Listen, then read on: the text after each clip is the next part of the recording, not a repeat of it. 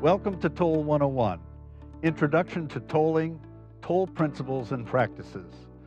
This program is made possible through funding provided by Aegis Projects, Inc., and with the additional cooperation of Atkins, Valencia College in Orlando, Florida, and Patterson-Bach Communications. Hello, I'm Marty Stone, Chief Operating Officer of Aegis Projects USA, a division of Aegis Group, and I'm joined today by Tom Nucky, National Toll Technology Director from Atkins, a member of the SNC Lavalin Group. Toll 101 was designed to educate a variety of audiences to the unique characteristics and value of tolling as part of the approach to finance, build, and operate viable transportation solutions in North America. Today, most funding for highway maintenance and expansion comes from state and federal gas taxes. These funds have run low and are expected to continue to diminish, primarily because cars have become more fuel efficient. Though some states have increased their gas taxes, the federal tax on gasoline hasn't changed since 1993. Federal taxes go into a fund dedicated to transportation called the Highway Trust Fund. Since 2008, this fund has gone into the red. It's up to Congress to figure out what to do about the federal trust fund. But states have similar trust funds with the same problems.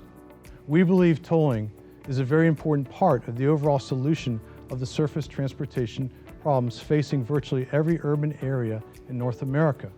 Toll 101 is divided into 7 segments that are introductory in nature. They're not designed for experts or to make you an expert. They should be perfect for those interested in a high-level view of the toll industry, how tolling works, the different approaches to toll technology and operations, things that would give someone a good basic understanding of the toll business. This series will be ideal for engineering and planning students or new hires for toll and transportation agencies, or for the companies that support these types of public agencies. This education would also be beneficial for elected and appointed public officials who are involved in transportation. So you can watch this series sequentially, or you can watch each section individually, depending upon your interests. Again, thank you to Tom Nucky from Atkins for helping me present Toll 101. And I hope you find this material helpful in better understanding tolling and transportation in North America. Welcome to Section 2 of Toll 101, Roadside Toll Collection. Today we're going to be talking about how toll systems are configured, what cash tolling looks like, how electronic toll collection works, and violation enforcement and video toll collection using license plate photography. Tom? Thanks, Marty. First topic we're going to talk about is toll system configuration. And in this we're going to talk about 3 different types of toll lanes. We're going to talk about, first of all, open, sometimes known as barrier lanes. These are where the toll plaza or the toll facility is typically on the mainline section of the roadway or perhaps on a ramp or interchange. Such as this graphic at the right, you can notice the red rectangles represent a toll location. These toll locations are set up and intended to make sure that at least a customer pays a toll at one location throughout their toll trip. Sometimes they pay more than once, depending on the length of their journey. And the toll locations are often set up based on the estimated cost per mile of the travel. So these also are set up to classify the vehicles by the number of axles and weight as the vehicle passes through the toll locations to determine the correct toll amount. This is the first type of tolling barrier tolls or open tolls. The second type is known as closed or mileage-based tolls, sometimes referred to as a ticket system. These ticket systems are often seen in rural locations where a customer would pick up a ticket. Sometimes that's a paper ticket on entry, or it's an electronic ticket, and then they would travel the distance of their journey and then exit and pay that ticket, turn that ticket over at exit to determine the amount. And it's based on the entry and exit, and therefore at the per mile rate, a toll is charged. That's the second type, or closed type tolling. There's another type of system that we see around the world. There aren't very many of them. It's kind of unique. It's called Cordon line tolling.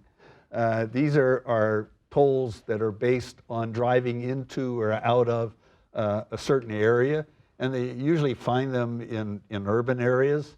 They started in Singapore. This is an island area, island country of about 5 million people. They had severe congestion in their downtown. Their solution was to draw a line around the downtown and to charge motorists as they entered the central business district. And they would alter the charge based on the time of day and the amount of congestion.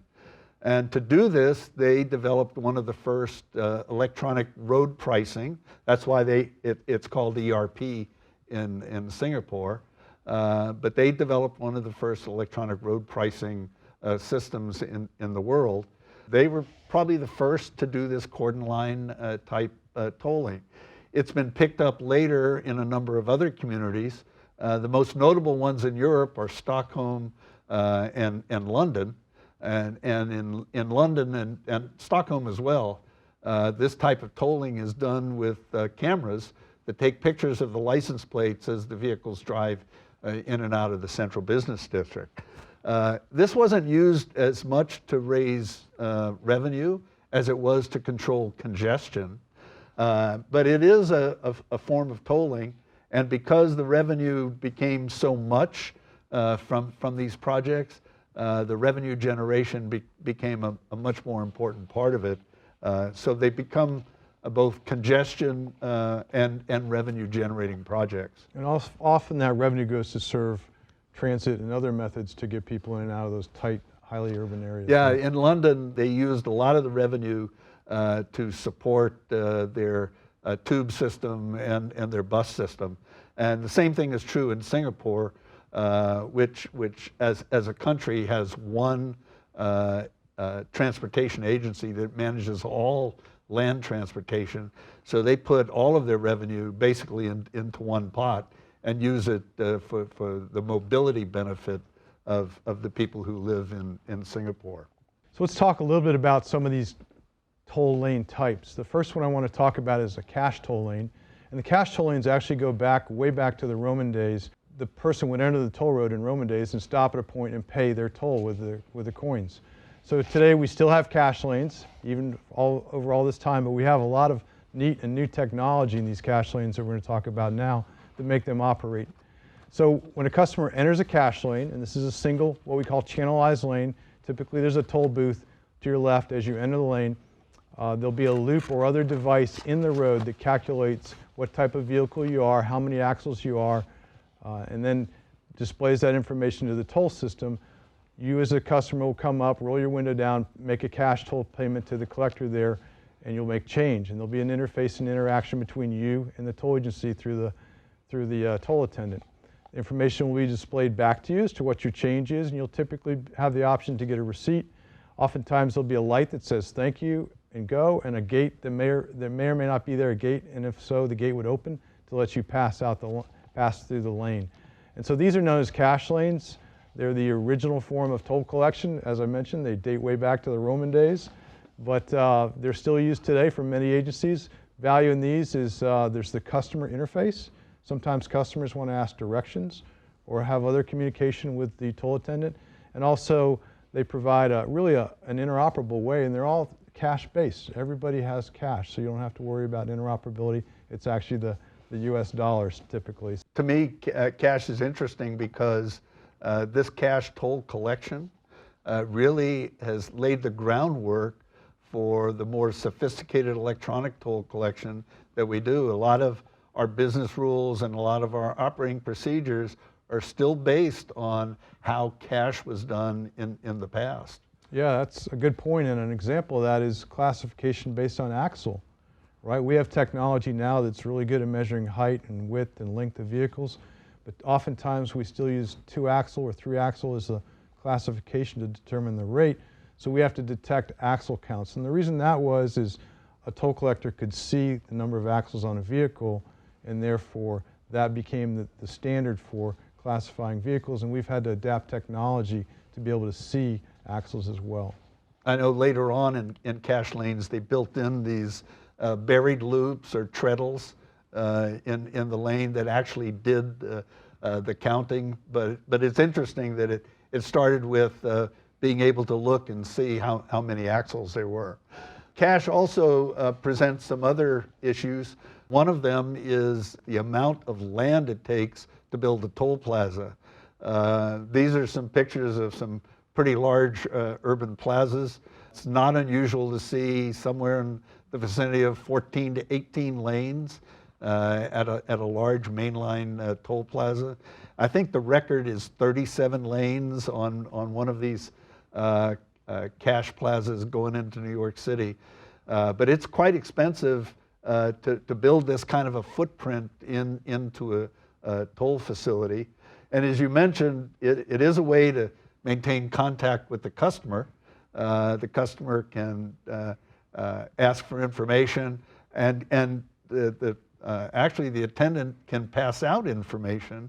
We certainly used our toll booth attendants to pass out information to customers. So it did provide a link between the agency, direct link to the customer. But it does come at a high cost, environmental cost, more land, a project cost, condemnation of property too, and really limits where you can put these toll plazas for an agency because of the large amount of space it takes.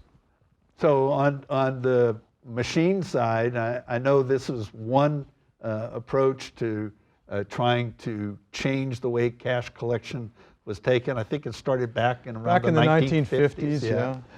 With tokens or coins. So a token is like a program for an agency to give a discount to customers through the use of a coin. And the customers would be sold tokens at a discounted rate from a coin, and they would put the tokens in the machine, or you could put coins in the machine at a little higher price. So these machines were very popular back in the 50s, but they're still out there today.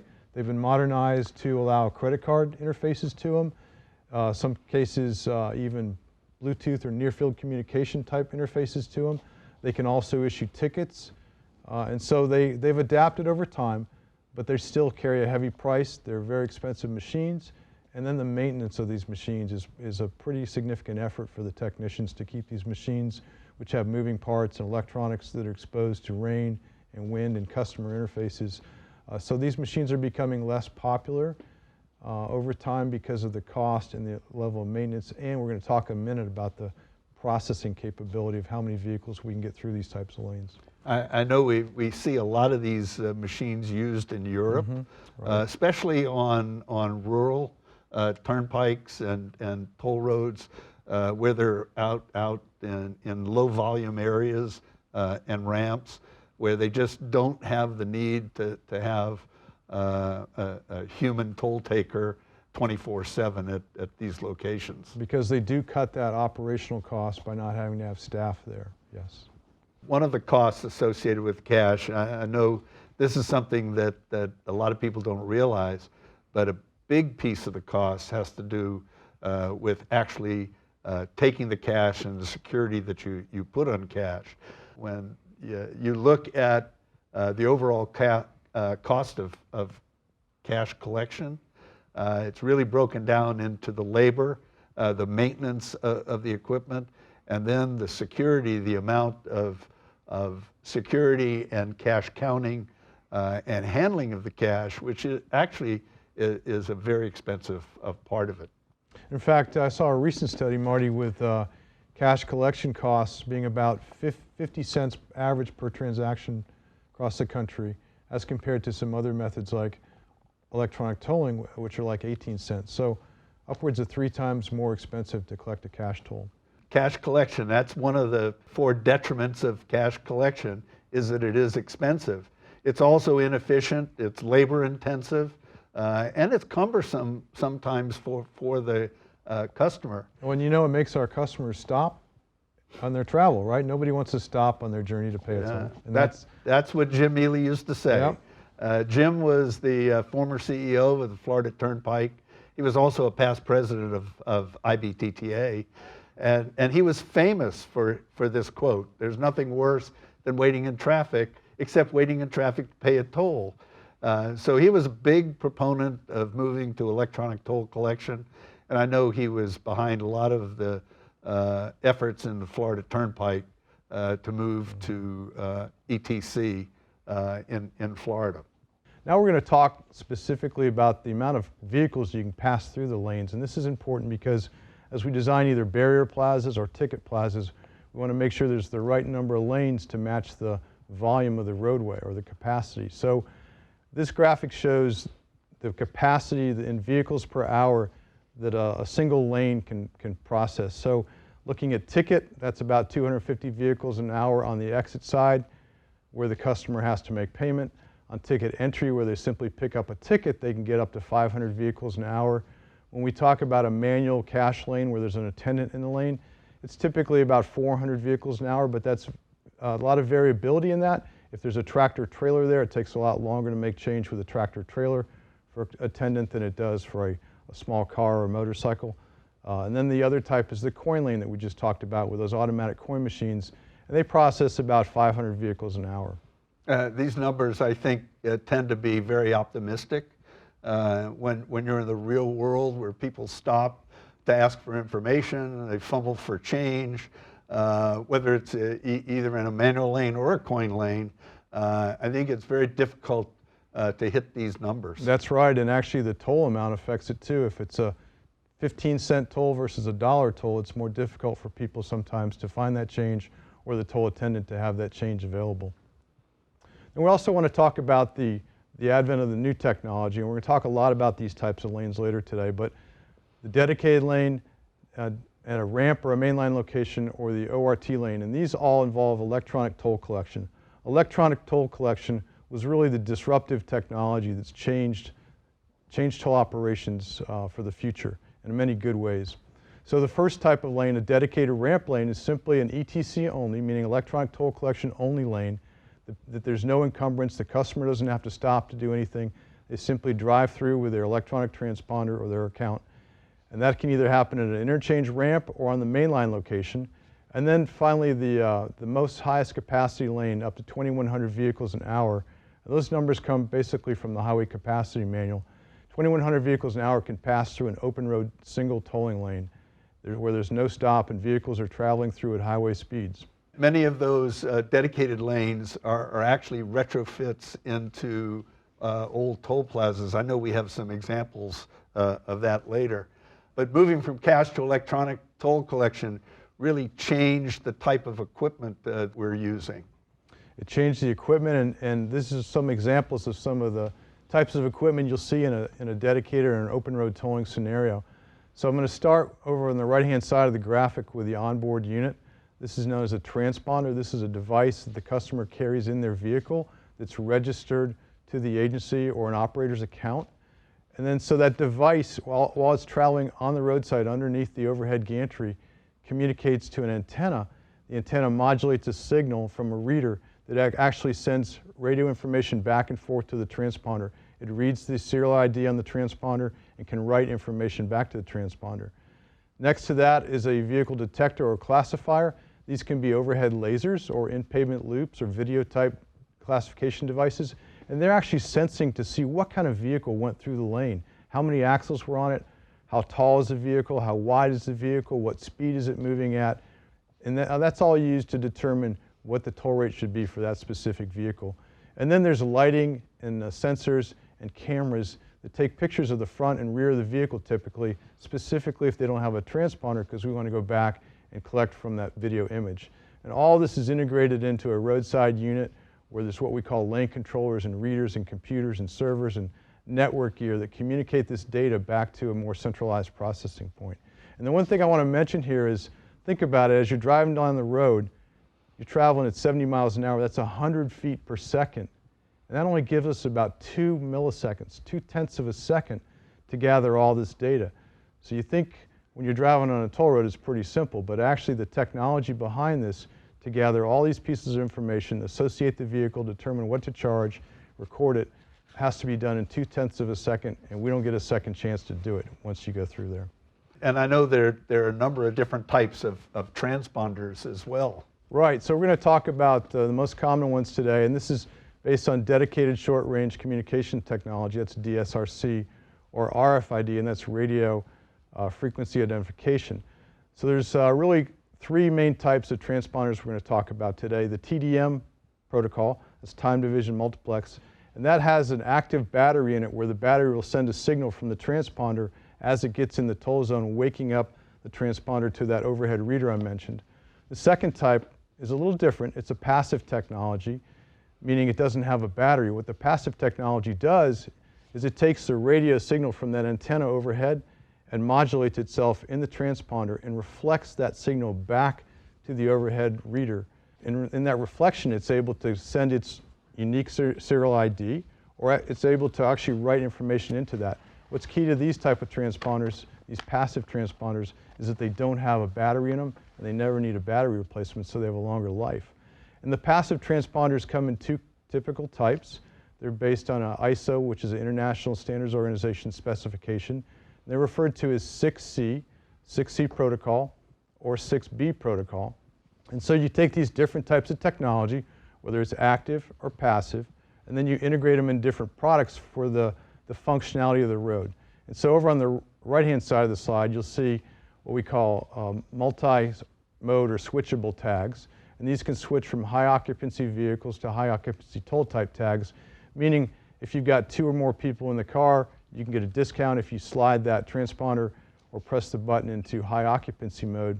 And then when you're just a single occupant, you slide it back into the single occupancy mode. And this enables you to use certain new types of lanes called managed lanes or express lanes or high occupancy toll lanes for certain facilities. So we take the technology and we make it fit the toll operator's need to toll the correct amount for the customer. So when you look at the passive tags, the RFID tags, they tend to be a little cheaper, and they come, I think, in more formats than the TDM tags. A lot of them are simple decals with a filament inside, because they don't have to carry a battery, or they have no need of a power source. But they do come in portable types too, right? They do. They come in portable types that can be transferred with a suction mount between different vehicles on the windshield. They also can be used on exterior as well. And I think, as you mentioned, there's a big cost difference. These smaller 6C passive tags, or 6B, are typically in the dollar to sub-dollar range, where the other ones can be over $5 to $10, depending on the functionality in them. Well, no matter what type of tag you're using, most of the electronic toll collection and open road tolling, they all work pretty much the same. Typically you have an overhead gantry, and as Tom had mentioned earlier, with the equipment, the antenna and transmitters are usually sitting on that gantry, and there's usually some type of classification equipment. Most agencies use loop detectors buried in the ground. Some of them use overhead equipment to both classify the vehicle, and they also use the devices, the loop detectors and the overhead classifiers to trigger some of the equipment. The readers themselves usually have a sweet spot. You talked about the milliseconds of time it takes to complete the transaction as a car drives through the lane. Part of that's due to the fact that the readers only have a small sweet spot that transponder will work within. And typically you arrange these readers on the overhead gantry so that it covers the lanes as well as what we call the straddle points, the lane lines, because sometimes cars are switching lanes and they're not perfectly aligned as they move through the gantry area. Then there are cameras. Cameras can be in both directions. Here we're just showing cameras from the rear. And typically the cameras are set up in a fashion that creates an overlap, so that as cars move through the lanes or maybe switching lanes, sometimes we end up taking more than one picture as a car moves from one lane to the other through the gantry area. This graphic shows some of the architecture of the technology in the lane. So I mentioned before the overhead antennas, they communicate to a reader, and the reader then communicates to a network switch. So as Marty showed in that previous example, there were lots of different locations of devices over the lane, and this graphic shows how they would communicate together. The antennas talk to the readers, and the readers talk to the network switches that then talk to the lane controllers. And the lane controllers are really the brain of the lane. Lane controllers determine what process and function should happen next in the sequence. And then information is recorded from the loops. And as Marty mentioned, axles are often counted from loops. Loops are are pretty common at counting axles, as well as speed and length of vehicles. And then the lane will connect to peripherals, which may show a signal, which could tell the customer they are an HOV type customer, a display along the roadside. And then the images that Marty mentioned that are gathered from those cameras all go to image servers where they're compiled and often processed for optical character recognition, which we're going to talk a little bit about more. The key to this point, though, before I leave this slide on the lane architecture, is we want to try to build in as much redundancy as possible into these lanes, because sometimes if we lose one server, we don't want that whole lane to be unable to process toll transactions. So we have redundant controllers, we have redundant devices in these lanes to kind of harden these lanes against a single point of failure. And oftentimes we have backup power supplies as well, because these lanes are really intended to operate autonomously. There's no toll attendant out there to keep track of them, and the systems report on their own status. And so we want to build these lanes as hardened as possible to ensure that we can continue to collect tolls in all kinds of weather and conditions and power outages and et cetera. And when you look at this architecture slide, you can see that a lot of the equipment is modular. That lane controller seems to be like the central brain, but it allows you to procure from, in a competitive way, a number of different products that then plug in. So you can buy different cameras, different readers from multiple vendors, and it's really allowed our industry to become much more competitive in the acquisition of these products. In terms of what they do, they really generate a toll transaction, right? That's right. They capture the transponder ID that I mentioned on that onboard unit. Then they classify the vehicle. And just a second on classification, a lot of times agencies use axle classification, and that's really a carryover in their business operations from the old cash collection day when the toll collector would classify, oh, I see 2 axles or 3 axles on this vehicle, because the collector can actually see the vehicle. We had to adapt technology to fit that type of operation. So classification is commonly done by axle in the US, but it can also be done by the height of the vehicle, the profile of the vehicle, meaning how long, how high, and that there's other methods to calculate classification, but that's an important part because that assigns the toll rate, because typically trucks are going to be charged more than passenger vehicles, and so that classification is the basis for charging the toll rate. And then the video image comes in usually a high definition graphic or multiple graphics of the back and front of the vehicle sometimes, and we use that to process to determine the license plate. I know you're going to talk a lot more about the video images in a second, Marty. And all of this is tied together by the location that this gantry was at and the time the customer drove through, and that's all recorded into a toll transaction that becomes the financial message of that transaction that's passed then on up through the system for processing and collection. In terms of the lanes themselves, I know we talked earlier about the dedicated lanes, but a lot of them are really retrofits of old cash toll plazas. They are, and that's because as agencies saw the potential of electronic toll collection, they didn't want to go out and have the capital resources to build these open road tolling sites initially, nor were that many customers that had ETC initially. So the dedicated lanes became the most cost-effective way for agencies to initially install higher capacity lanes to move more people through the lanes, because as we showed earlier, these dedicated lanes can get 3 times or more than the traffic through a single lane than an old attended lane, cash lane could. But many of them still have gates though, right? Some of them still do have gates, and gates really save the agency the headache of trying to collect for a customer that didn't pay, but they also create a lot of downside in that they create a blockage on the road, and if a customer gets in there and their transponder wasn't with them that day, the gate won't open, so then it creates more operational issues. So we're seeing more and more agencies moving away from gates, but there are still agencies that do have gates in electronic toll collection.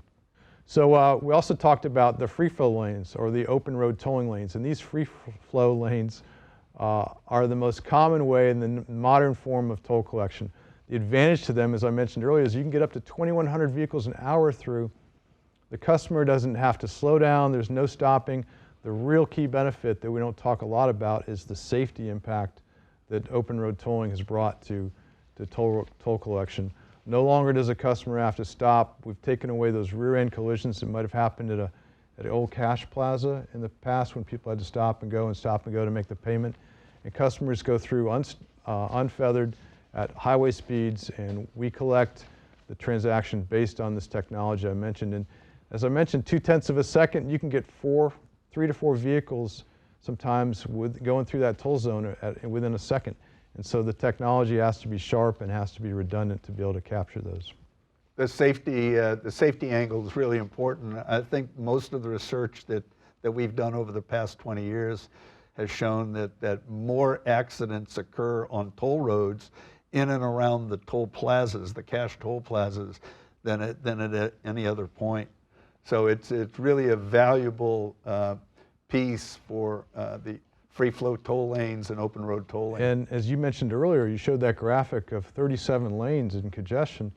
That can all be replaced with these few lanes here. So to build a new toll road, we don't have to buy as much right away. We don't have such a large environmental impact to put up an open road tolling gantry as the old cash collection facilities would have. In terms of the non-electronic part of electronic toll collection, the video, what we sometimes call video toll collection, it's really based on license plate photography. And there's a lot of theory that goes behind camera photography and lighting. We started many years ago with analog cameras, but within the past decade, most agencies have replaced all of their cameras with digital cameras, and many of them have the lighting actually built in, and they even, some of these cameras even have triggers built in that tell the camera when to shoot the picture as a car drives through the toll gantry area. In theory, there are 3 types of images produced by various types of cameras. They're either color cameras, they're black and white cameras. We call them black and white, but they're really grayscale. They cover a spectrum from black to white with a lot of different levels of gray. And then there's a true black and white that's referred to as near infrared. And that's a camera that actually doesn't take a picture. It uses the heat emanation in the infrared spectrum to create a picture. And all 3 of them are cameras that are used in tolling. But that's all theory. When it comes to the reality, this is the kind of thing we start to see when we use these cameras. Color gives us a pretty good image. These are Massachusetts plates, and they use a red and blue, and I picked them for this specific example. And you can see a color camera gives you a very good representation of a Massachusetts plate. The black and white or grayscale camera also gives you a pretty good view of that plate. But you can see that the blues and the reds are one of the problem colors in the near infrared spectrum, and they tend to generate sometimes no image at all.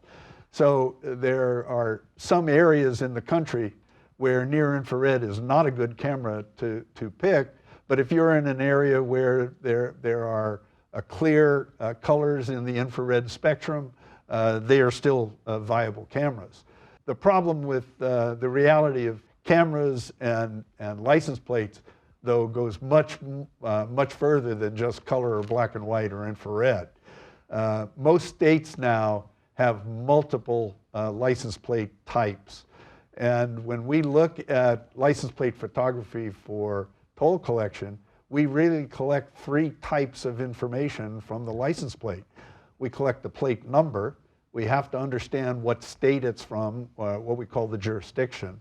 And then there are plate types. And these happen to be examples of Florida plates.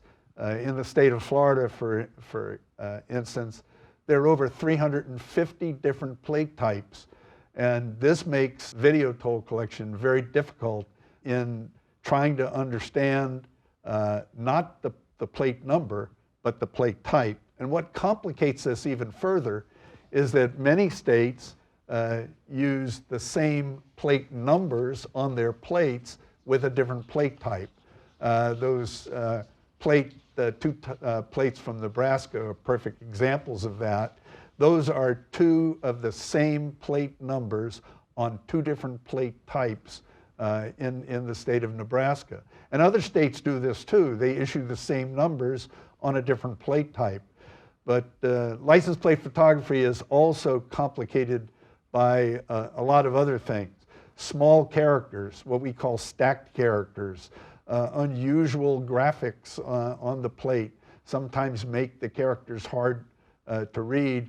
And then there's extremely small characters that you see, for example, on the New York plate.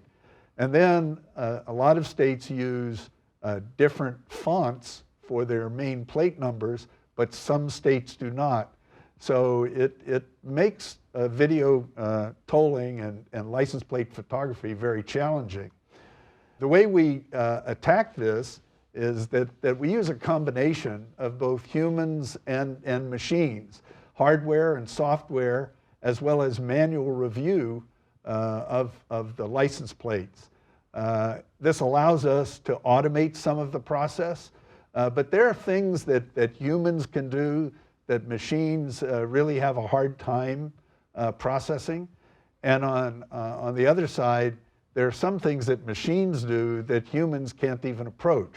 And when the plate images are really good, the machines and hardware and software can perform extremely high accuracy as well as high productivity.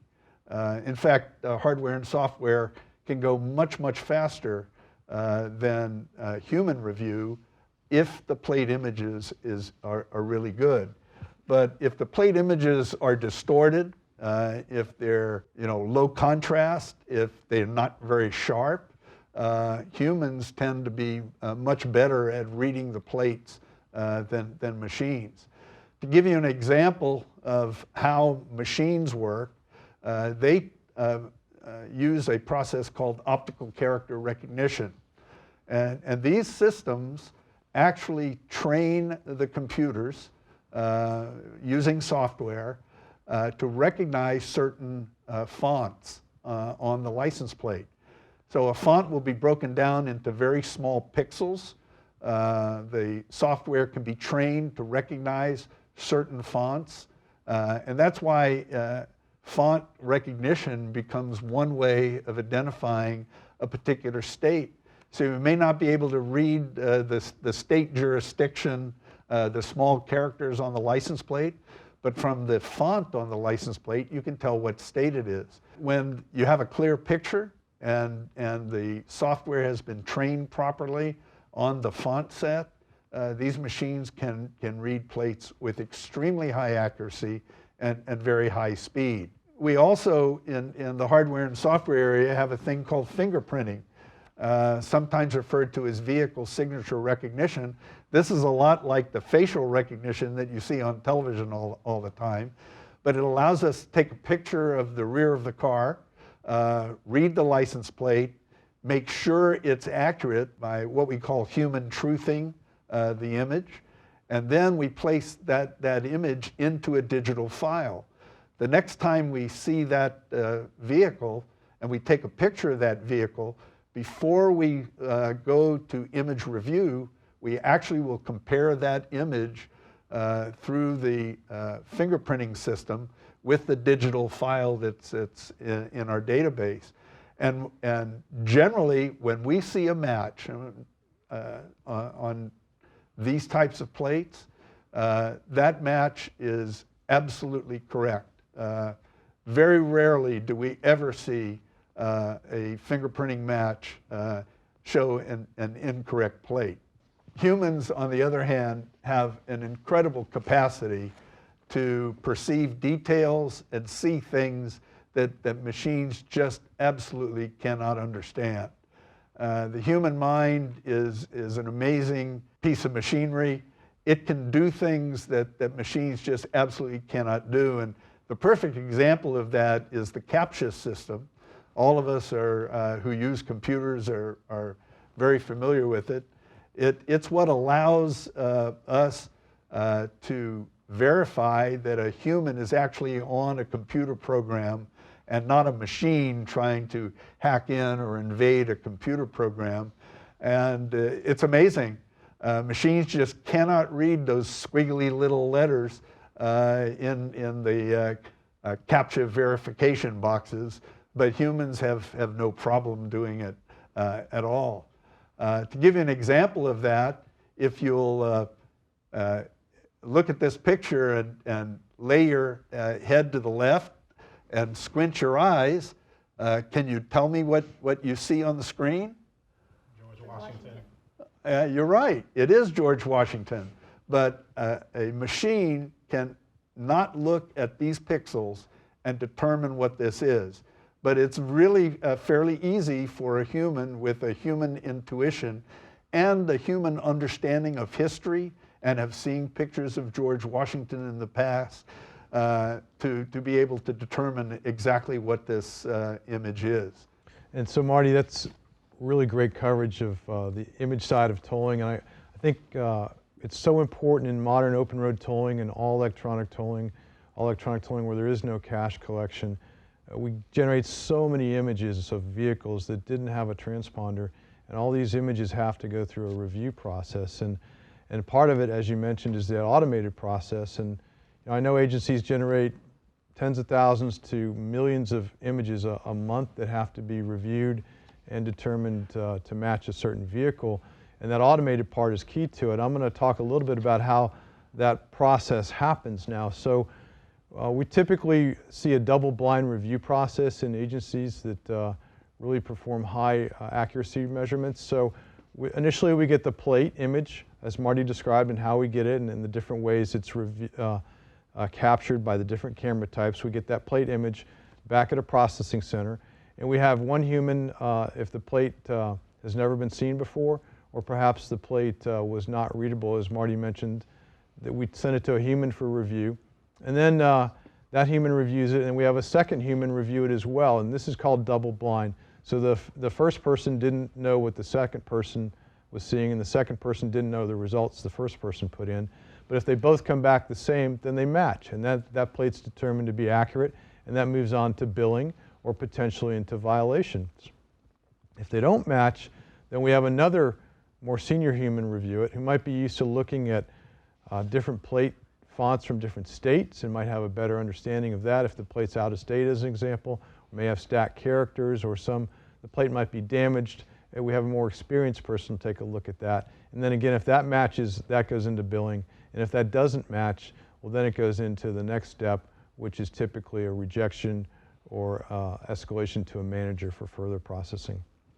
And now we bring in the OCR output that you mentioned earlier, the OCR process, which includes fingerprint. Oftentimes there's high-performing OCR images, but they're not quite at the metric we want to automatically pass them. So in this case, they'd also go through and see if they match the human reviewer. If they did, then that would similarly go through the process of either going directly to a match on a billing statement or into more senior type review. This really cuts the cost of the labor down by replacing a human in this double-blind process. It does, and in combined, we actually get up to 70% or more through this process of automated images with a human review and performing at very high levels.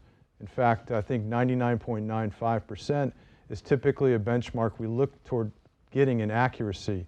And that's a very high-performing accuracy at a very high automation rate of 70%. There's ways to get a higher automation, but then oftentimes you get a lower accuracy rate.